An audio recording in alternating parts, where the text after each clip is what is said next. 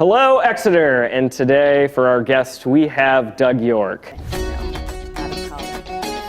College, so growing up, and then after that I bent over.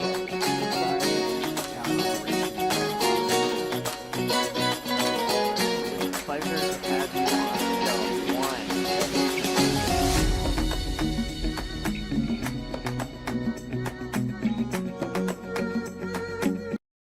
Doug, all right, rapper, coffee shop owner, father, former employee of the TV station, media man, podcast man. Am I missing anything? Basketball coach. Basketball coach too.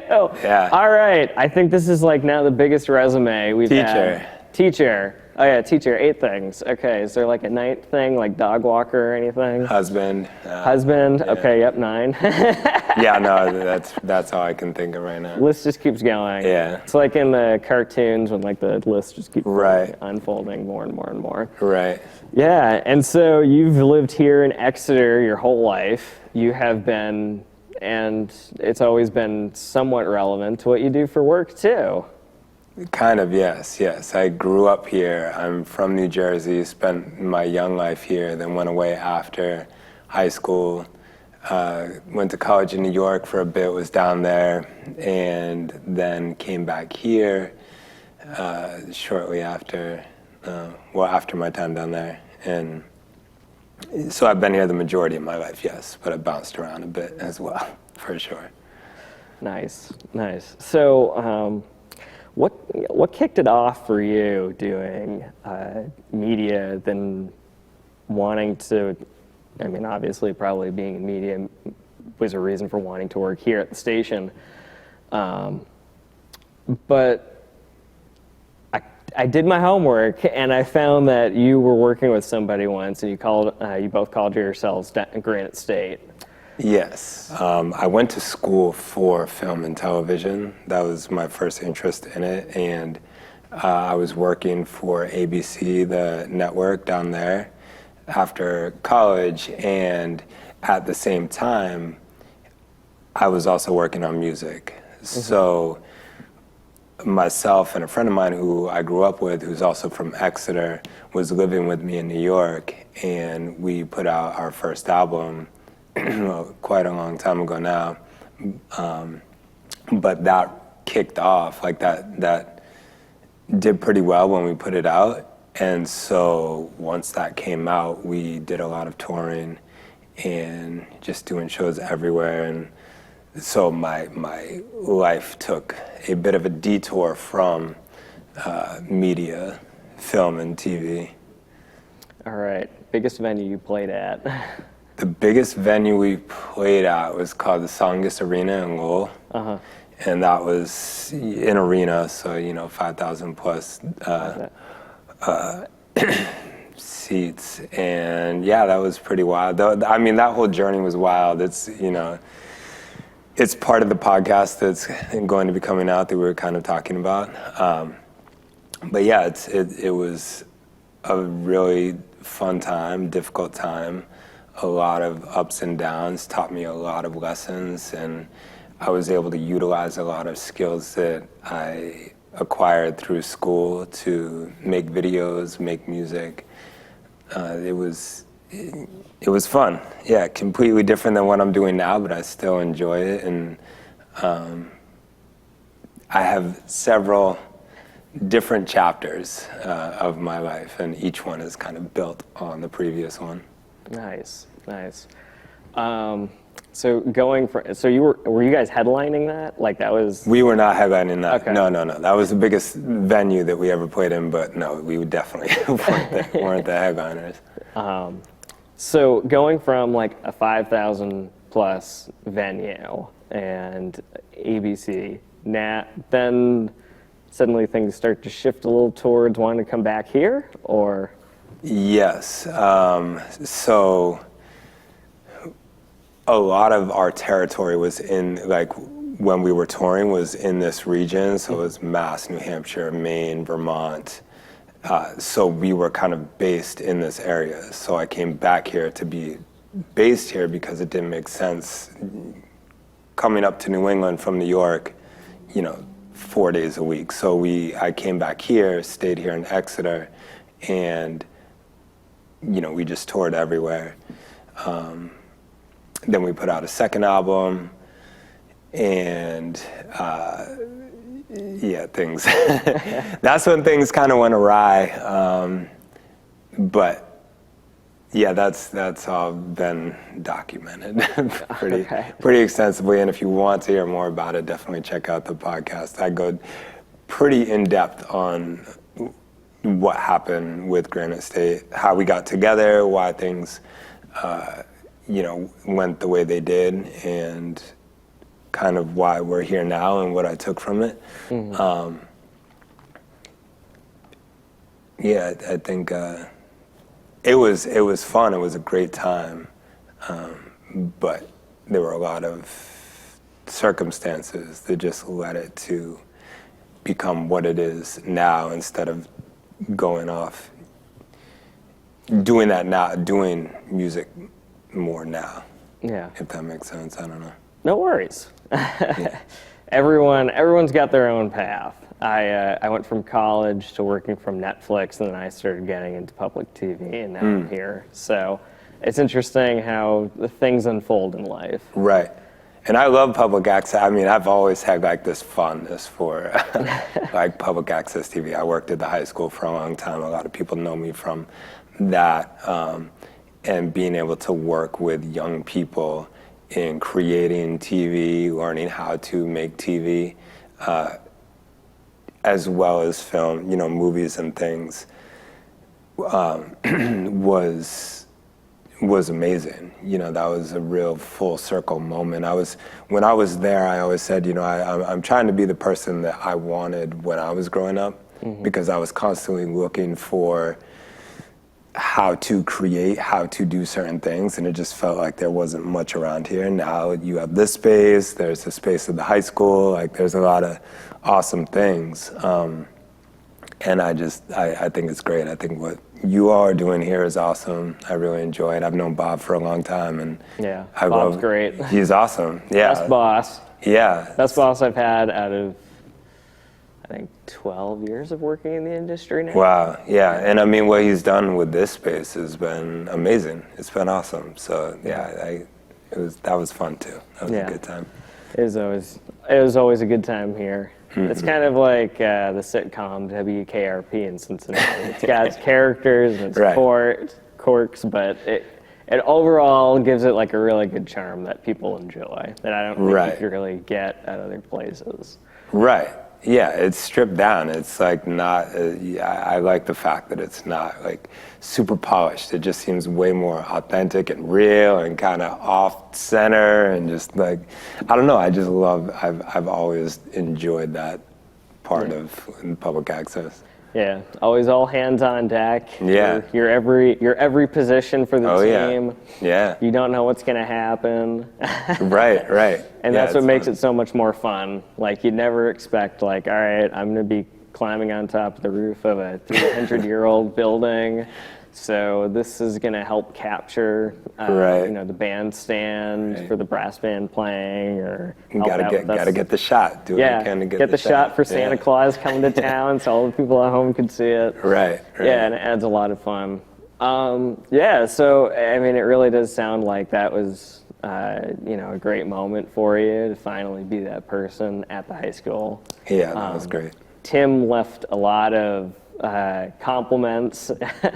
Last I talked to him, and he said, man, Doug York just made it so easy. He had all these notebooks, just had everything in it. And, wow, that's nice to hear. Yeah, and the condition of the studio there, it really does look like somebody put a lot of care into it. Yeah, that's just something that I learned through growing up, taking care of the space. Because it wasn't mine. It was, other people were using it, and you wanted to really preserve it for other people. So when they came in to do whatever they were create whatever they're making, things were well taken care of. The cameras were taken care of, you know, the lights, microphones, all that stuff that people don't necessarily think about. Like that's what I put, even wrapping the mic cords, you know, because of the wires inside of the mic, I would teach kids.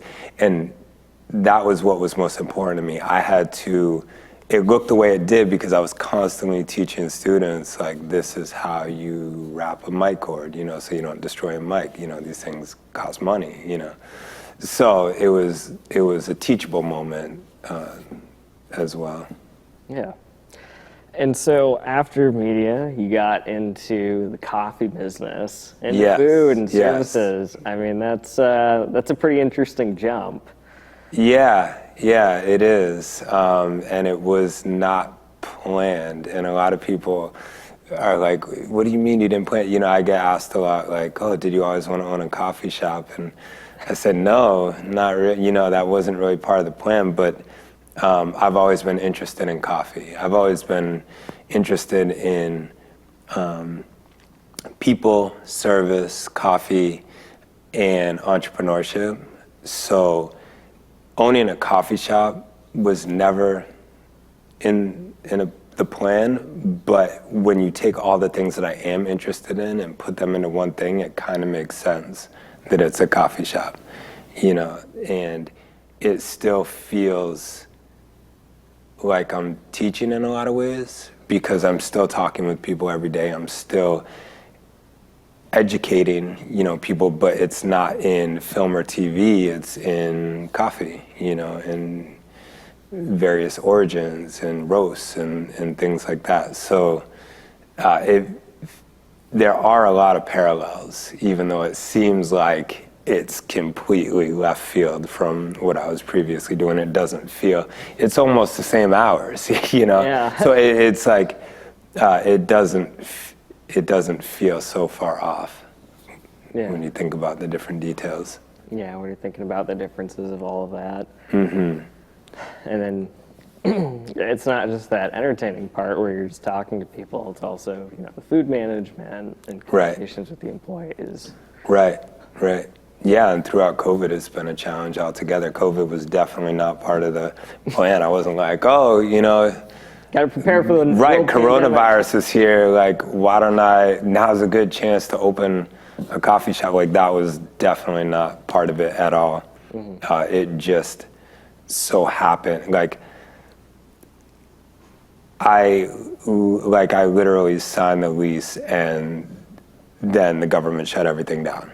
You know, it was pretty awful timing, you know, but I just said, hey, I got to give it a go, because if I don't do it now, I'll never do it. And if I can get through this weird time, then in theory, I should be able to do okay during normal times, you know? Yeah. So, the pandemic, and that was 2 years ago, you know, I mean, coming up on 2 years, a year and a half ago. So,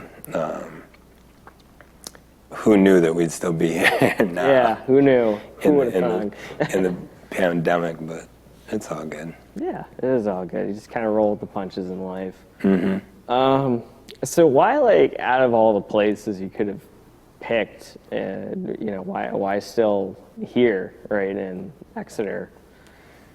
That's a good question, and I will say that Exeter is the only place I would have opened a coffee shop.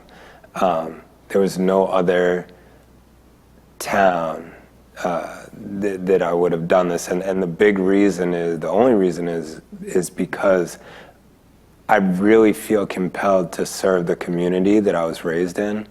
I feel connected to this community, and part of the reason I wanted to open a coffee shop was to create a space where the community could go to and feel like they were part of something, you know? I know there's a lot of other coffee shops in town, and they all do a great job. And I'm just a small piece in, like, the bigger part, and another option for people. And I think that what I really wanted was just to have a space that felt different, you know, have something that was still serving coffee, but when you walk in, it just has a different feel to it than the other coffee shops you go to. And hopefully I've achieved that. You know, we're doing okay. Yeah. Well, the times I've been in there, it's been a unique vibe. You know, you're Yeah. hearing some jazzier, more social music, and it's got kind of that feel that Breaking New Grounds in Portsmouth had. With, I think it's really because of the floors. Right. Well, you know, like they say, I've been told that, like, you know, a restaurant is an extension of who you are, and I kind of believe that to be true in this sense. I do feel it's like a big part of who I am, and the minimalist aesthetic. You know, it's not like a cluttered space. I think having a bright environment is part of who I am, and just inviting, you know. And then music, of course, you know, it's like my life has been surrounded by music, so I have to have that as for myself, you know, if not for anyone else, you know, just to fill the space with something that is like calming and enjoyable. Yeah. All right, Doug. So, any last words, anything you'd like to say before we depart? Nothing that I can. Thank you for doing this. Thank you for, you know, being a part of Exeter TV. You know, I know how much work has been done to get to this point, and I'm just grateful and thankful that you all are continuing to do a lot of good work to provide content for the community, to inform the community, entertain, educate, do all the things that you're doing. I mean, that's too many times, you know, it gets taken for granted. People will turn on the TV and they just expect something to be there, but they don't see the amount of work that goes into putting that picture on the screen. And I really appreciate all the work that you guys are doing. And hopefully this is interesting to some people out there, and if they want to check out the coffee shop, it's on Lincoln Street and in the old Lexi's, and swing by. Tell me, you know, you saw this, and I'll give you free coffee. I should be careful about saying that, but whatever. All right. Careful. Yeah. Might push it to be the most popular episode. Right. Share it with your friends, and, you know, stop by, check it out. All right. Thank you again, Doug. All right, thank you. And you heard it, Exeter. If you would like to be in the spotlight or recommend somebody, you can contact us at extvg@exeternh.gov. Thank you and have a great day.